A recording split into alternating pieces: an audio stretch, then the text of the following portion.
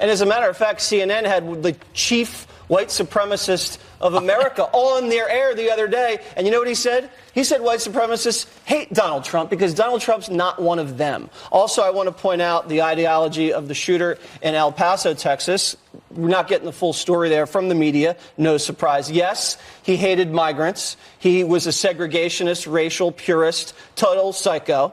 But also, he was an environmental extremist and used the exact same talking points as you hear from radical environmental extremists, talking about the earth is being polluted, corporations are to blame, we need to depopulate the world. And that was also a motivating factor in the attack. And then at the end of the thing, he says this: all of my ideologies predated Donald Trump and his campaign for president. I've had my immigration opinions for years. This has nothing to do with Donald Trump, yet the media directly links him.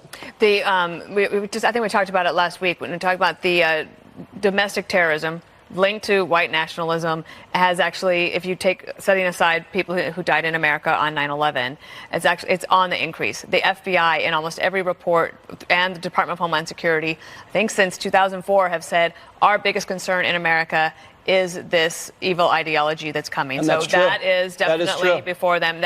So. I keep wondering, though, where is the organization?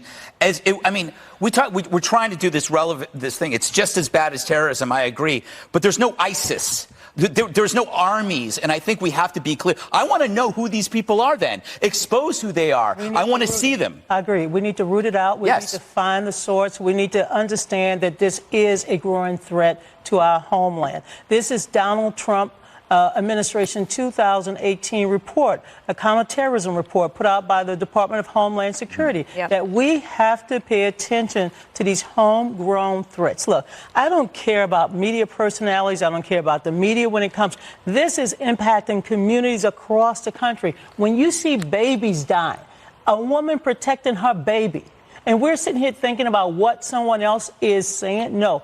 We need to find ways to prevent this from happening because this is a homegrown problem. And if we don't face it, then it is going to weaken us.